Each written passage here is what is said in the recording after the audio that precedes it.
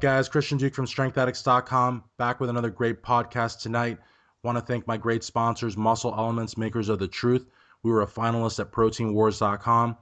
Great protein powder. I love the chocolate. I make protein brownies, cookies, sludge, you name it. Check it out at muscle-elements.com.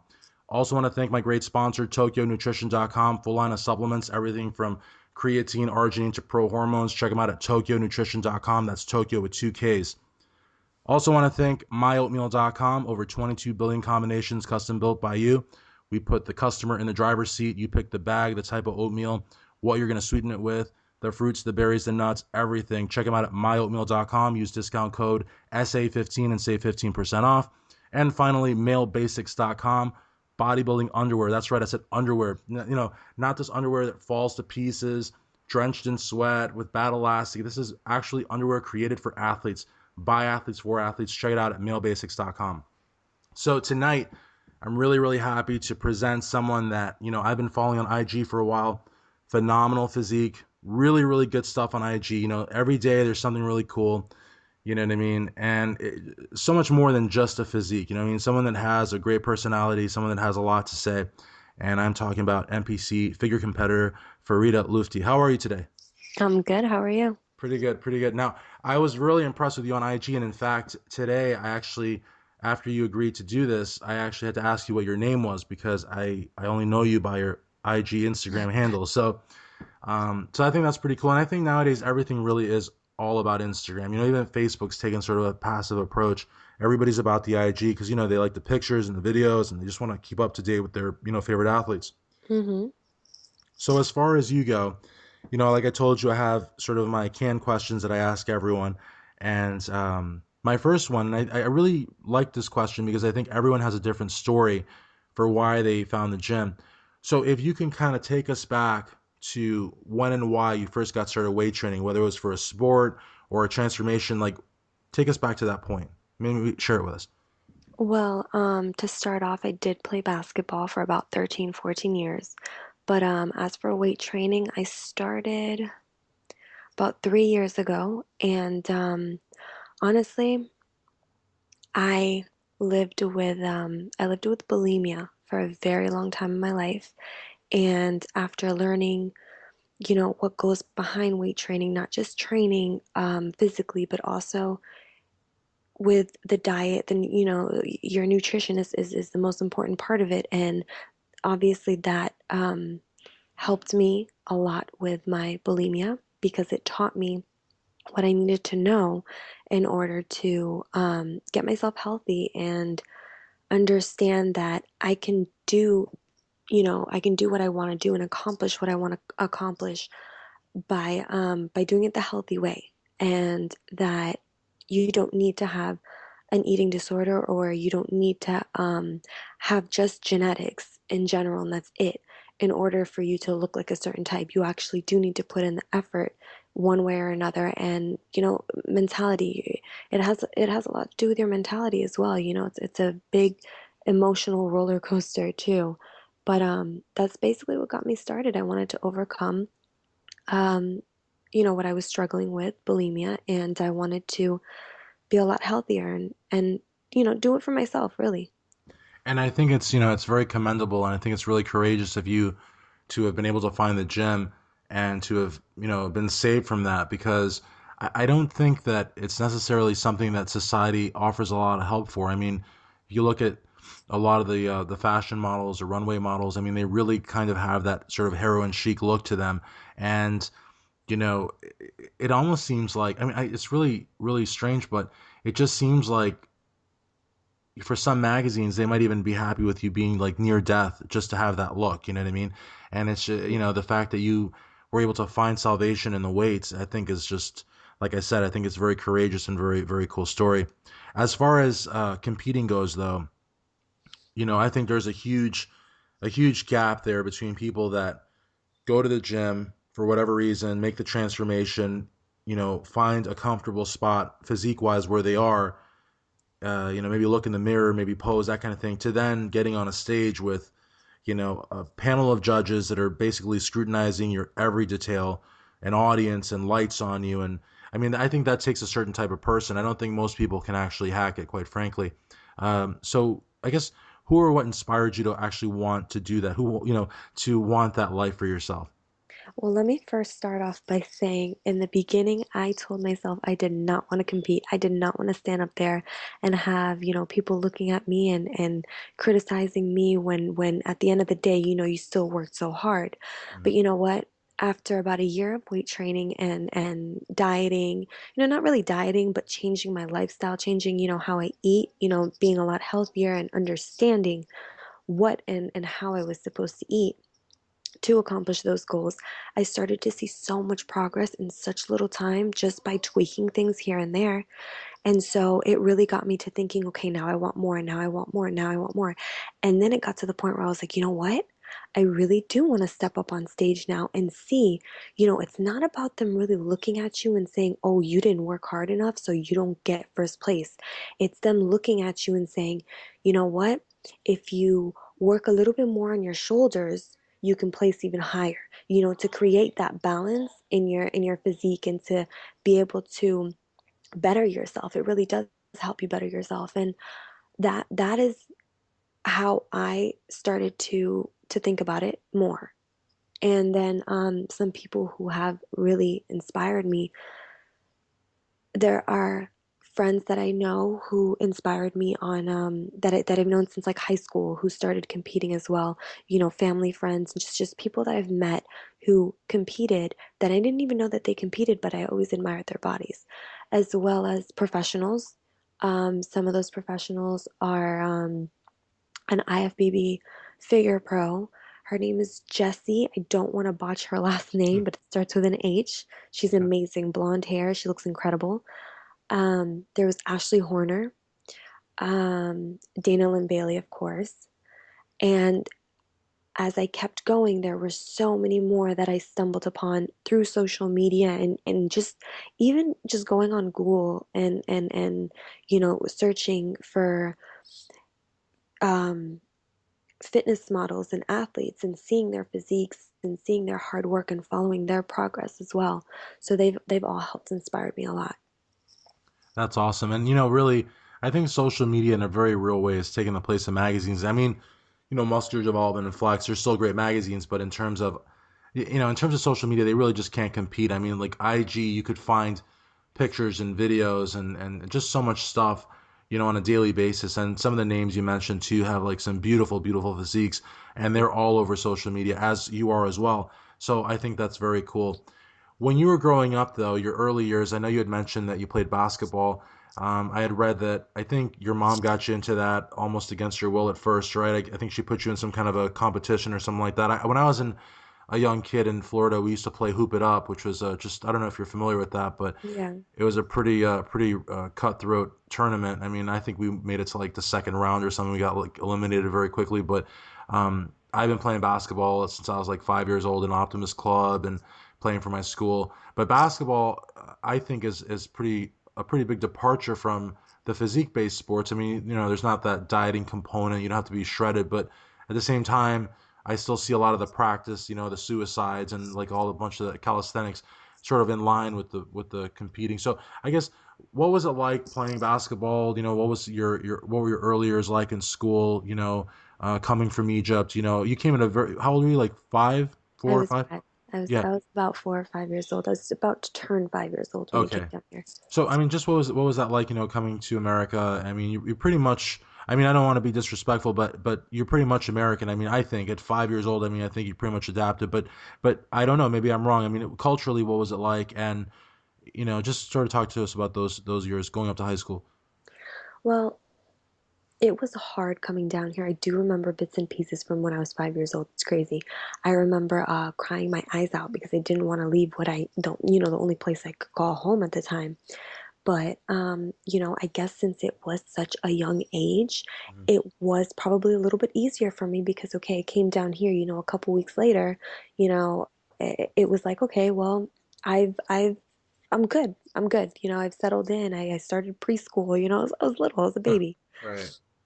Um, Arabic was my first language actually, so I did not know a single word of English. So going into preschool, I had to learn English, so that became my second language. Right. which is ironic since I'm studying journalism, and it's funny. I think I'm pretty good in the English language, but Sure. anyway, um, so did start basketball because my mom had put me in it. The reason why is because I do have an aunt in Egypt who played international basketball. So it was kind of like the only sport that they really were familiar with down here at the time. Okay. And well, at least that she understood, you know what I mean? So she put me into it. I hated it. I didn't want to sweat. I didn't want to run. I wanted nothing to do with it. But after the first season of it, as much as I disliked it, I realized how much I missed it once it was over. I missed being around, a bunch of other kids my age and just having a good time. Right. So I told her, I was like, I want to keep going. So I did. I played for the city. I played for my school growing up, and it just became like I had to do it. I couldn't go a season without playing. It would be weird. Right. So, as much as it is different from weight training, I feel that it has also helped me a lot get to where I am today and help me with weight training. There's a lot of things that I did do conditioning for basketball too. We did use weights, obviously not as it wasn't as much of a priority, but it was suggested to go ahead and do some weight training classes at my high school so that we can better our performances at basketball games. So, I really enjoyed it. And I think that, after suffering a shoulder injury, I had a labral tear and having to get surgery after senior year of high school a few years ago, I realized, you know, maybe that was the end of, the whole playing basketball thing. I couldn't play for college. It took me about a year to recover from that, from surgery. Right. And I wanted to still stay in shape, even though I wasn't playing basketball anymore. And it led me to weight training. That's awesome. I mean, it's awesome that not that you got hurt, obviously, but the transition. But and again, it's interesting that five-time Mr. Olympia Phil Heath also, got his start playing basketball, and he actually played college basketball. So I mean, I think sports in general are very important because they sort of build a self-confidence in the athlete, and they make the athlete, understand the value of teamwork, the value of self-sacrifice. I mean, I'm sure that in high school it would have been easier to go out for pizza every day, go out for ice cream every day, or smoke or whatever. When you're an Hmm. athlete, you can't do those things because it doesn't only affect your performance, but it also affects the team. And so you're Right. thinking about that, and you don't do those things, you don't make those decisions. Um, in terms of growing up in Miami, I guess, sort of segue into our next question. It's very much related. I also grew up in Miami. I grew up in North Miami Beach, and I went to Miami-Dade College, which is what it's called now. It used to be community college then, uh, Hmm.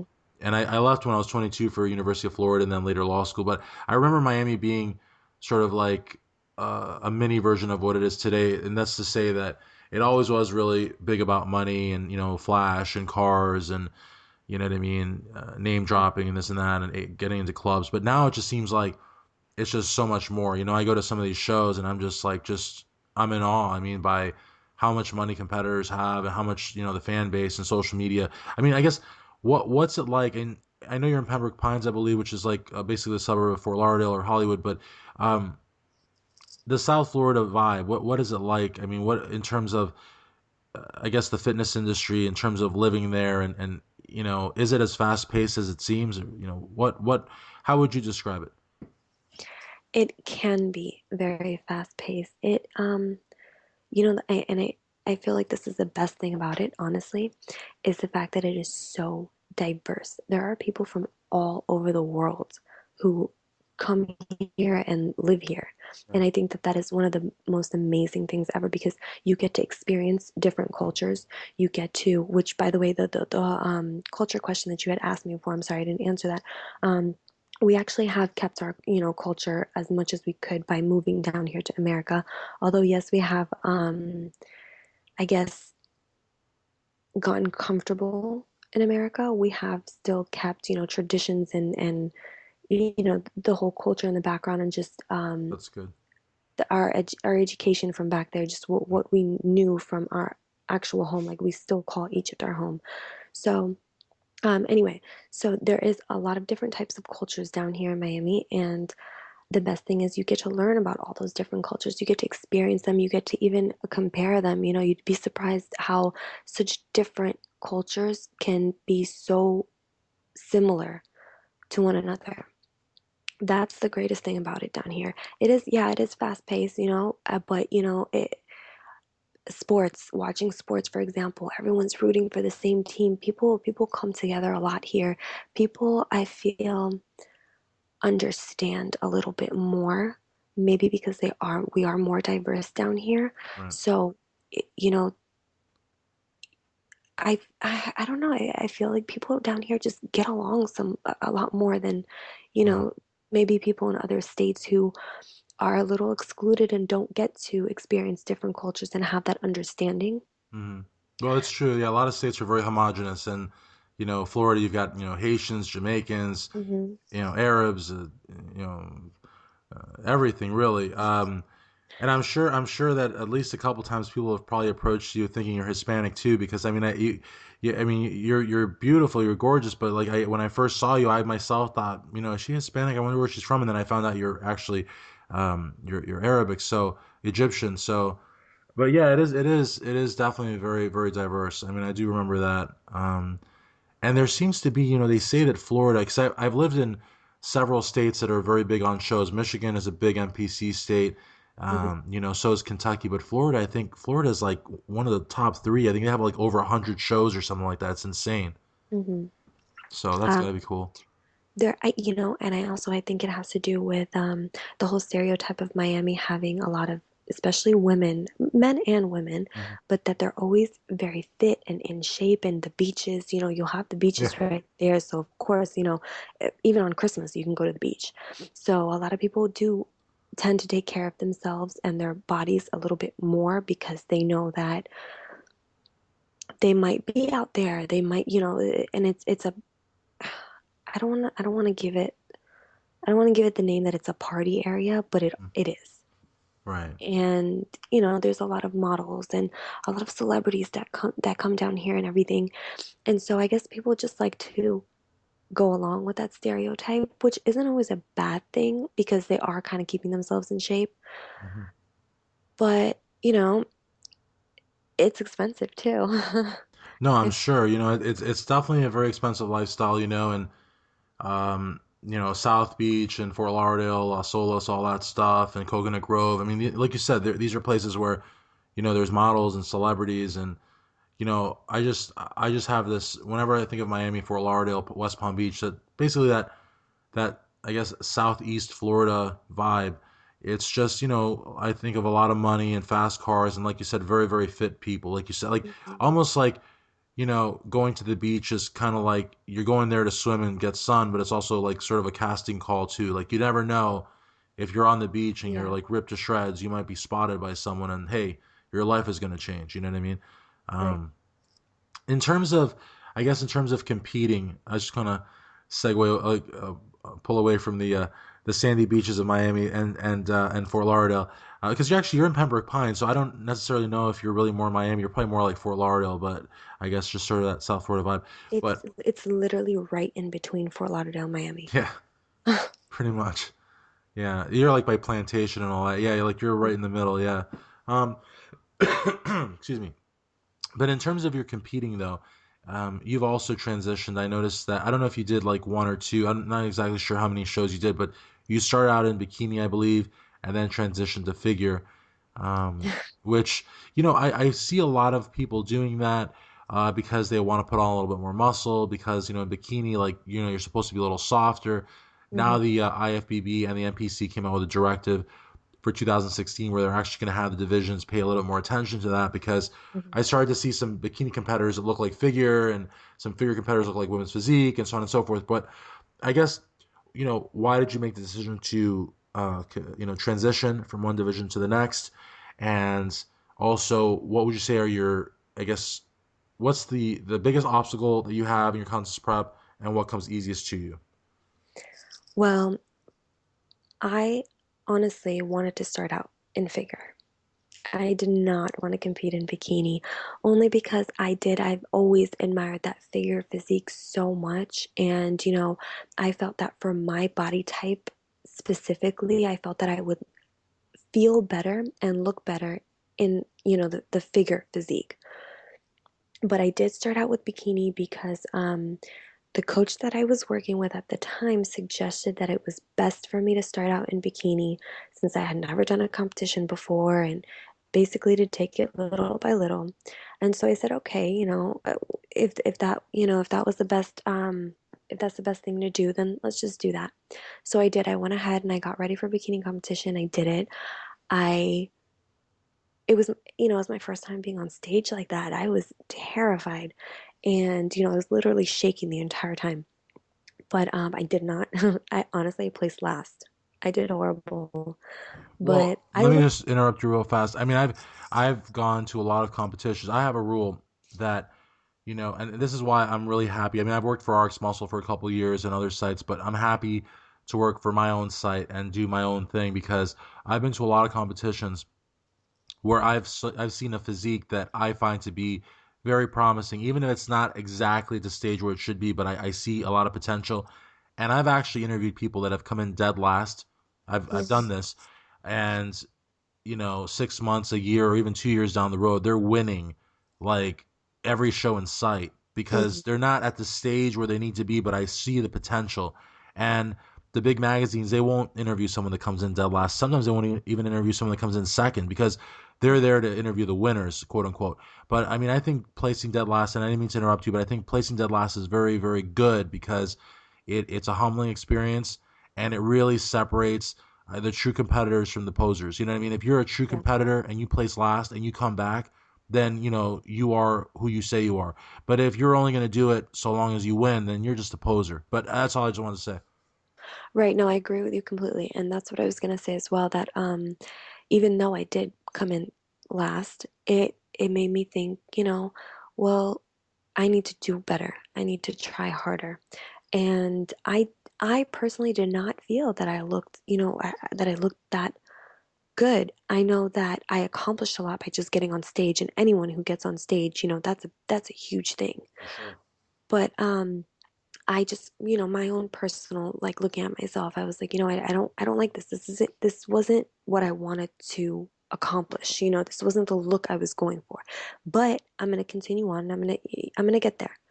So I actually and I got with the team that I'm on currently, Team Lolita, and she suggested I do another bikini competition with her. So I said, okay, why not? So I went ahead, I brought a bit of a better package that following competition for bikini. And I went ahead and I did it. Didn't do so well either, but I realized that I can keep going and that it's okay. Maybe I was right. Maybe bikini just wasn't for me. I didn't enjoy the posing routine. I didn't enjoy being in the bikini category. Not that I have anything against bikini competitors. They're all amazing. They're all incredible. I just did not feel like it was right for my body.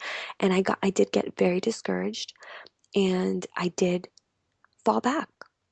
I took a few months off. After that, I got very depressed and I gained some weight and I was unhappy. But then it got to a point where, a couple months later, I was like, wait, no, stop. Nope, I can't live like this. I gotta get back on track. And maybe this was all to show me that I should go ahead and try for figure. So I went back and I approached my coach, Lolita, and I said, I really want to compete in figure. And she looked at me and she went, okay, let's go. So that was it. I started and I competed. Let's say I started when, like September that year, and then I competed in April the following year. It's just a few months. Right. But I think it's awesome though that you like again, sometimes you have to take those few months off to sort of gather Hmm. your thoughts and see what you want to do. A lot of times it's a lot harder said than done. I've spoken to hundreds of competitors, uh, especially competitors that just turned pro, and they're like, "Oh my God, I got to jump in a pro show. I got to jump in a pro show." I'm like, Hmm. "Why?"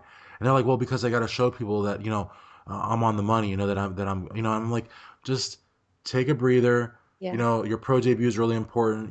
Just, sit it out. Other people, sometimes, they want to do the Olympia, the Arnold, and a bunch of shows, and they just like run themselves ragged.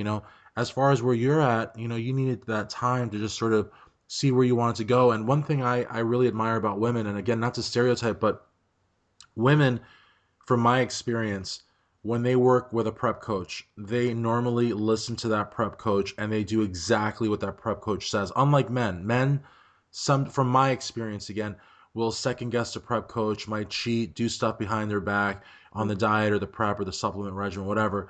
But women listen. And so if you're, in a situation where your coach is telling you to do bikini and you don't want to do it, a lot of women, and it's not because they're stupid or anything like that. Far from it. It's just because they will do what the coach tells them because they feel that the coach knows better. And it's good to take that sort of step back, and gather your thoughts. And really, honestly, you do have a figure physique. You know what I mean? You do. Um, you have a beautiful face, so you can really much do pretty much anything. But I think that for a lot of women, though, the idea of doing bikini is a little restrictive because some women want to build the muscle, and when you're in bikini you can't. You got to stop at Right. some point, you know what I mean? And Right. so it's just not. And also the posing, I mean, I love bikini, I'm a huge bikini fan, as everyone knows. But if you're more inspired by the bodybuilding and you actually want a posing routine, then yeah, you're going to be very unhappy there because there's not a lot of poses and there's not a lot of stage time. um Hmm. in terms though of the prep though, I guess, what would you say, would be the hardest part of your prep? I mean, it could be anything from, diet, training, supplementation. It could be, carb depletion. It could be finding a suit. Finding a suit is actually something that, it could affect anything for anyone from a novice all the way to a seasoned veteran. I mean, finding Yeah. the right suit, because you got to find a suit that is fit for your body. A lot of women, will get a hand me down. You get a hand me down, it might actually sabotage you on stage. If it's not made for you. And then other women end up getting ripped off. I mean, there's suits that are as little as a couple $100 to like Mhm. thousands. You know what I mean? So Yeah. I guess, what would you say was the toughest part of your prep, and what comes easiest to you? Well, to touch on the suit topic, I actually got very lucky because we do have a woman on our team who's also a figure competitor. Her name is Virginia, and she's amazing. She's a fashion designer and she creates all our suits for us. Oh, cool. So it was great. It was, she custom makes them. She, does everything by hand. And she also takes your measurements closer to showtime to make sure that it's going to fit you exactly how it needs to fit you. So that was a relief. Um, One of the hardest things during prep, I at first it was the carb depletion at first. But after doing it over and over again, it actually became a lot easier.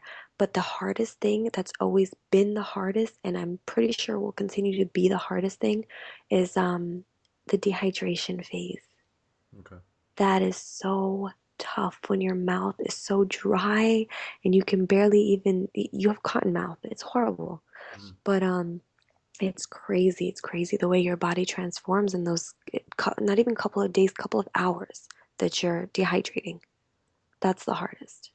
Yeah, I would imagine, and I've never done a show or anything like that, but I've heard that many times before, and it seems to be at that point, it's really not just sort of a physical, but it's also a psychological sort of Hmm. hurdle that you have to like overcome, and that's got to be the toughest part about it, I would think too.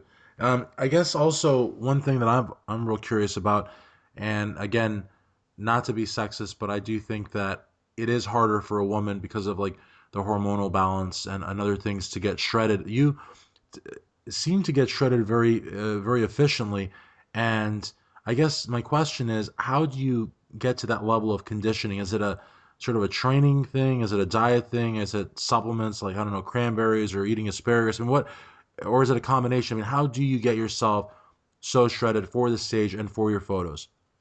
It is a combination of all supplements and um, of course, it's certainly your diet and training, but it's also trial and error. Like you can try with you can try your nutrition plan one way and continue on with your training and your supplements, your fat burners, your protein, all that stuff.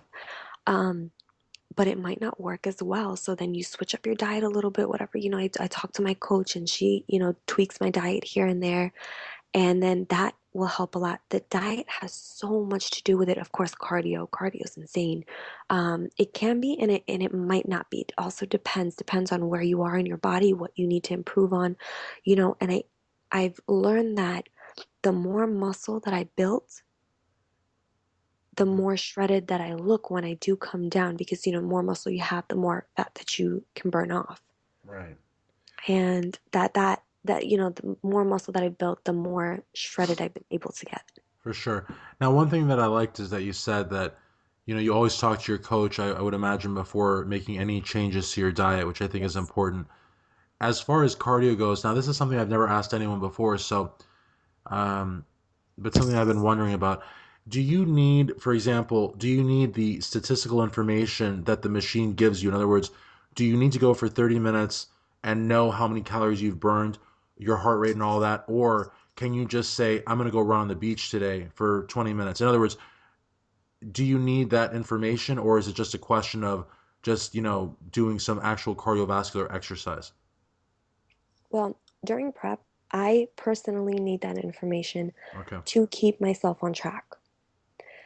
Especially the closer I get to competition, I want to make sure that I'm doing everything that I can so that when I step on stage, no matter what the outcome is, at the end of the night, at the end of the day, I can say, you know what, I did everything exactly how I was supposed to do it, and know, and know that for Right. myself. For sure. For Um, sure. but as for like, just if you're so far out from competition, like 4, 5, 6 months, if you want to go run on the beach one day instead of going on that Stairmaster for 30, 45 minutes, an hour, whatever it is, then go run on the beach. Do what you enjoy. And if you end up, near competition prep, you want to go run out on the beach, time yourself. If that helps you, that would help me. And that would actually help a lot with tightening your skin if you're out in the sun, especially here in Miami. If you're out in the sun, running on the beach, that'll help tighten your skin for competition. Cool. Now, as far as sort of going towards the end of the interview, though, we still have a few more questions, but we have sort of touched on social media a little bit, and you are very active on social media, primarily Instagram, where you have, I think, nearly 20,000 followers, which is no small feat. In fact, that's actually puts you in a very, very select class. Talk to us about how important social media is to athletes today. And also, I think one really important question is what approach do you take as far as what you put on your page? Because I really think that when you have so many followers, it's not just about putting out stuff for yourself, but you want to put stuff out that's going to engage your audience. Right. Um, you know, at first when I had my Instagram, just like everybody else's, it was for me. I posted, what I did here and there, if I went out, this or that. And then it got to the point where I started to have, people following me who I didn't know personally, people following me and saying, oh, if I post a picture of me working out, oh wow, that's cool, like do you do this all the time? And start asking me questions. So I started to kind of turn my social media into something for other people, less than it is for For you, myself. right? Yeah. I Right.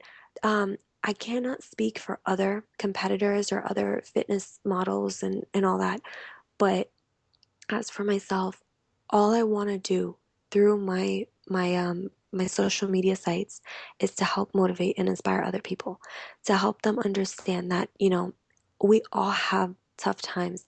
I do not look like what I look like on stage year round. I don't. And there are some people who think that that competitors look like that all the time. No, we don't. I personally do not. I'm a human being. I'm normal. Everyone can do this. If you put your mind to it, you can accomplish it too. And I want to show that to people. I want to show people that it's okay if you have a bad day here or there. That's okay. You got to pick yourself back up again and do what you got to do in order to achieve all the goals that you've set for yourself, whether it's physically, whether, school, this or that, whatever it is. But I try to give out as much advice that I can in a way where it's, of course it's general. I'm not going to be telling people, "Oh, you have to eat this." I don't know Right, your right, bodies. for Uh, sure. And but and that's a very, I don't mean to interrupt you, but that is a very responsible thing of you to do as well, because everybody's different. And I always right, get a kick out of people that put out diet plans and say, I'll sell you right, a $20 diet plan, whether you're like 5'2" or 6'1", it's the same diet plan. I'm like, come on, that's not going to work. right. I try to help people, I guess, go in the right direction because remember, before I even started this, before I learned about the nutrition and stuff like that, there's a lot of myths as to what is healthy and what's not. And you can look at, oh, well, almonds are healthy, let me eat almonds all day. It doesn't work like that. You have to really understand why they're healthy and how much you can actually eat. For sure. But I wouldn't sit there and be like, okay, you have to eat only 10 almonds a day. But again, I make sure to get that type of information out there as best as I can in a general way to help educate people on that topic because it's not very easy to understand, you For know. sure. Um, so that, and then also, I do like showing people my transformation, whether it's from off season to competition time, whatever it is. I don't have I don't have my four pack all the time, my abs, all that stuff. I don't have it all the time. Christmas time comes around, I'm eating. It's okay. For sure. And I want to show people that it's okay to eat here and there. You want to cheat a little bit, go ahead and cheat, but don't lose track, don't lose focus. Um, Absolutely. And so that's mhm, no, I was just gonna say, so that's what I enjoy doing. I enjoy helping to inspire others. And there are sometimes people who do comment on my page who put negative things out there, like you look like a man, or ew, I would never want to look like that. And do I reply back to that? No, I don't, because you know what? To each his own. Everyone has their own opinion. It's fine. yeah, But I don't care if I get a million of those negative comments. If I get one person telling me I helped and I inspired them, that's exactly that. That's all that matters to me. absolutely. And that's exactly what I was going to say. Actually, I was going to bring that up. There's so many haters, especially as your audience gets bigger and you're really helping people, inspiring people. There's always seems to be, no shortage of people. And on Instagram, they're always trolling. You know what I mean? It's like these fake accounts. There's no pictures, nothing, but they just like seem to make the account just to like go and troll on people. And your approach is the best approach, just to ignore them, because in the long run, these are people that aren't really doing anything with themselves. Why should they, infringe on you, and why should they hurt the people that you can actually make a difference with? So, but unfortunately, they're there. Right. Um, Now, as far as your sponsor goes, you've got a great sponsor in Royal Nutrition, and my friend Andros, who, oh my God, I've worked with him for years. He works out at Mhm. LA Fitness in North Miami Beach, and he's just grown so much the last couple of years and put on such quality muscle and doing so well for himself. But Royal Nutrition, I think to call it just a supplement store would be like the understatement of the century, because I see what they do on a daily basis on Instagram and social media, and it just seems to be like just so much more than that. So I guess if you could just tell us, how did you hook up with them, and what do they do for you, and what can customers expect from them? In other words, why should customers go, say, to Rural Nutrition as opposed to like GNC or Vitamin World or any other of those other corporate like monsters?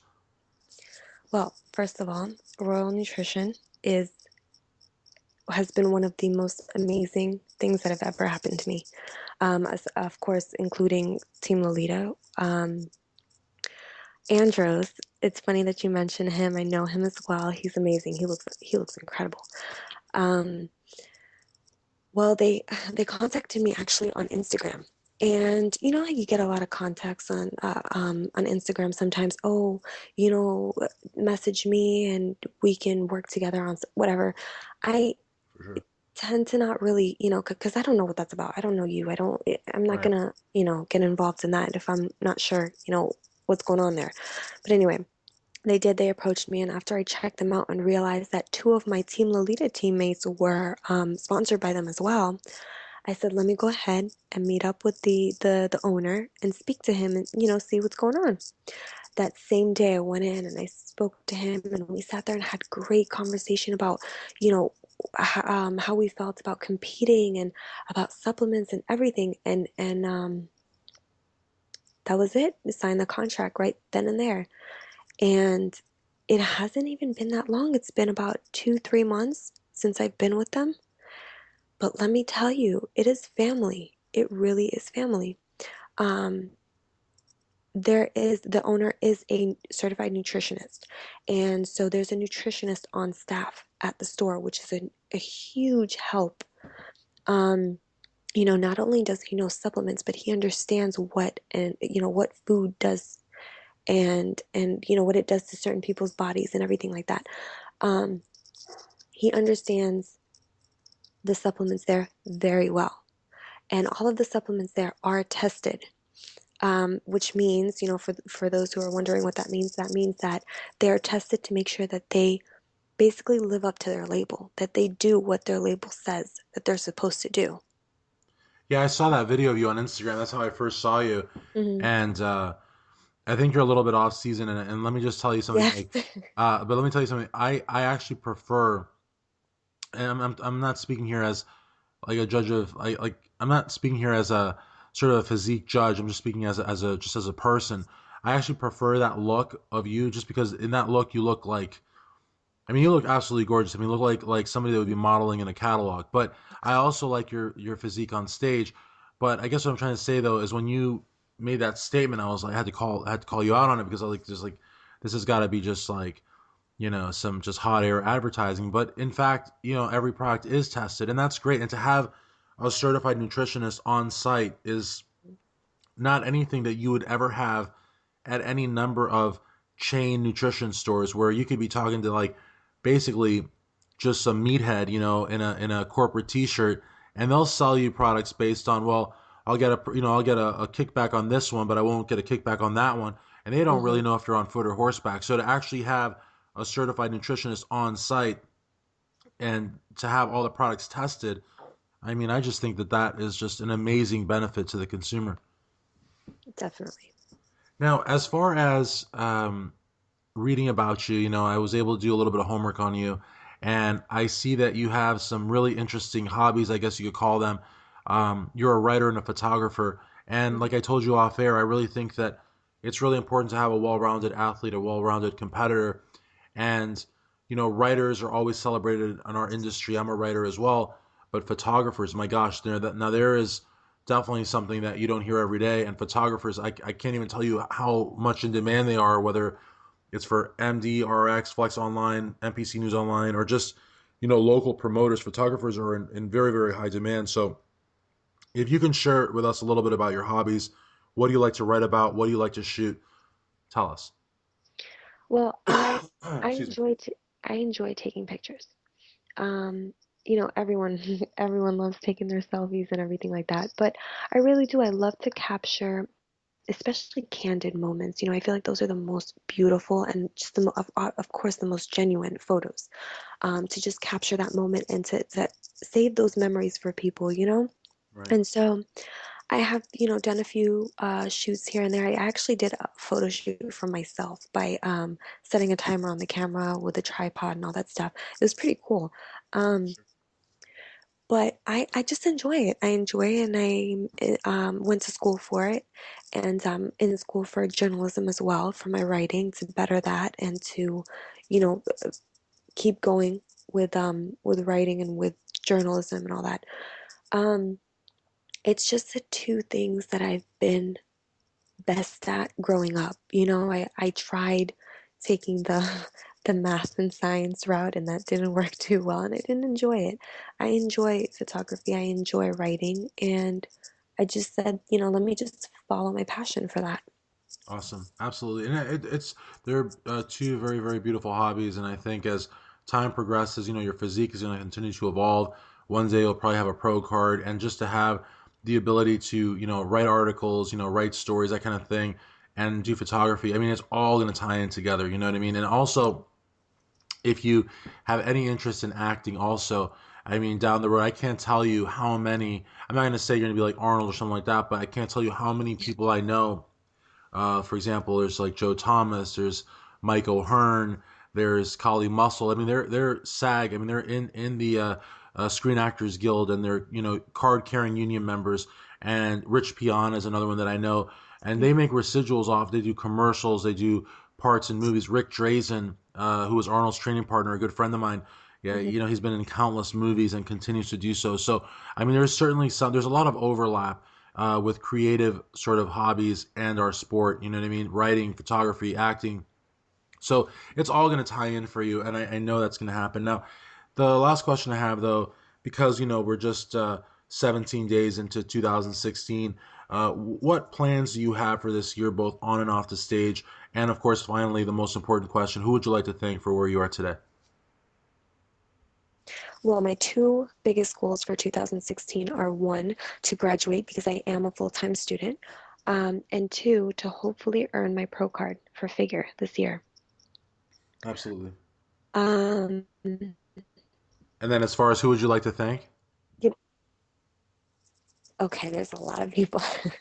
Well, first of all, of course, I would like to thank God, of course, each and every day for giving me the opportunity, to be blessed enough to live and open my eyes another day. Um, Love to thank my parents. My mom, she does my hair and makeup for every competition. She's Awesome. always there. They're so supportive. My brother, Omar, and my team Lolita has helped me get this far, um, Lolita, my coach, Chris, Jamisi, Keisha, Christine, um, Jody, Virginia for helping, creating my suit and helping with my posing. All my team members, from Catherine Rojas, who's also a fitness model and a model. She's beautiful. Justin, let's see. I would also really like to thank, of course, Royal Nutrition, Slim, and everyone with Royal Nutrition, that family right there too, for seeing my hard work and supporting me as well. Um, and my family and my friends that have also stayed with me and supported me even when I'm not on carbs. Right, that's gotta be tough. um, and just everybody out there, especially on social media, who continues to support me, because that plays a huge role in it. I look at that and I see that I am helping motivate, people that I don't even know personally, and that keeps me going. That's That helps awesome. a lot. No, that's awesome. And I have to give you kudos and tip my hat to you, because I mean you thanked a lot of people, and with that question, it always happens. When the Hmm. interview's over and we say our goodbyes, 10 minutes later, like, damn it, I should have thanked this person. It Yes. always it always happens, and you actually mentioned a lot of people, so I got to give you kudos for that. Um, Let I me really mention just a couple more. okay, yeah, for sure, for sure. Um, I also want to thank Eddie. I want to thank Mick. I want to thank, honestly, yeah, that basically covers it all. That's Everybody good. else who supported me, and if I forgot you, I'm very sorry, but I love you all. Taylor, Raven, everyone. That's Thank awesome. you. Natalie, my best friend, of course. Oh, you have a lot of people in your I camp. That's know. good. That's really good. That's really good. Because some people, I mean, I've actually met, it's sad, but like some competitors are just they have so much tunnel vision that they really don't have any friends. They don't have any, it's all about the sport. And like they'll send a Christmas card and they'll be like them with two dogs or something like that. You know what I mean? So, or a goldfish or something. So it's good that you have like, so many people in your camp. And I really appreciate you doing this interview, because it's right now it's 10:18, and we had said we are gonna try to shoot for like 15 or 20 minutes, and we're like up to like 48. And I love every minute of it. And people really like these podcasts because I think they really come to know the person so much more than just following them on Instagram, which is still a great thing. But this, I think, really brings you closer. And the reality of the matter is that it's just one of those things. I'm just happy that you did it, because I know you have to wake up at like 4 in the morning, right? I'm not even sure why you wake up that early, but you wake up at 4 in the morning. So again, that's crazy. I really, really appreciate it. So for NPC figure competitor Farida Loutfi, Christian Duke, strengthaddicts.com.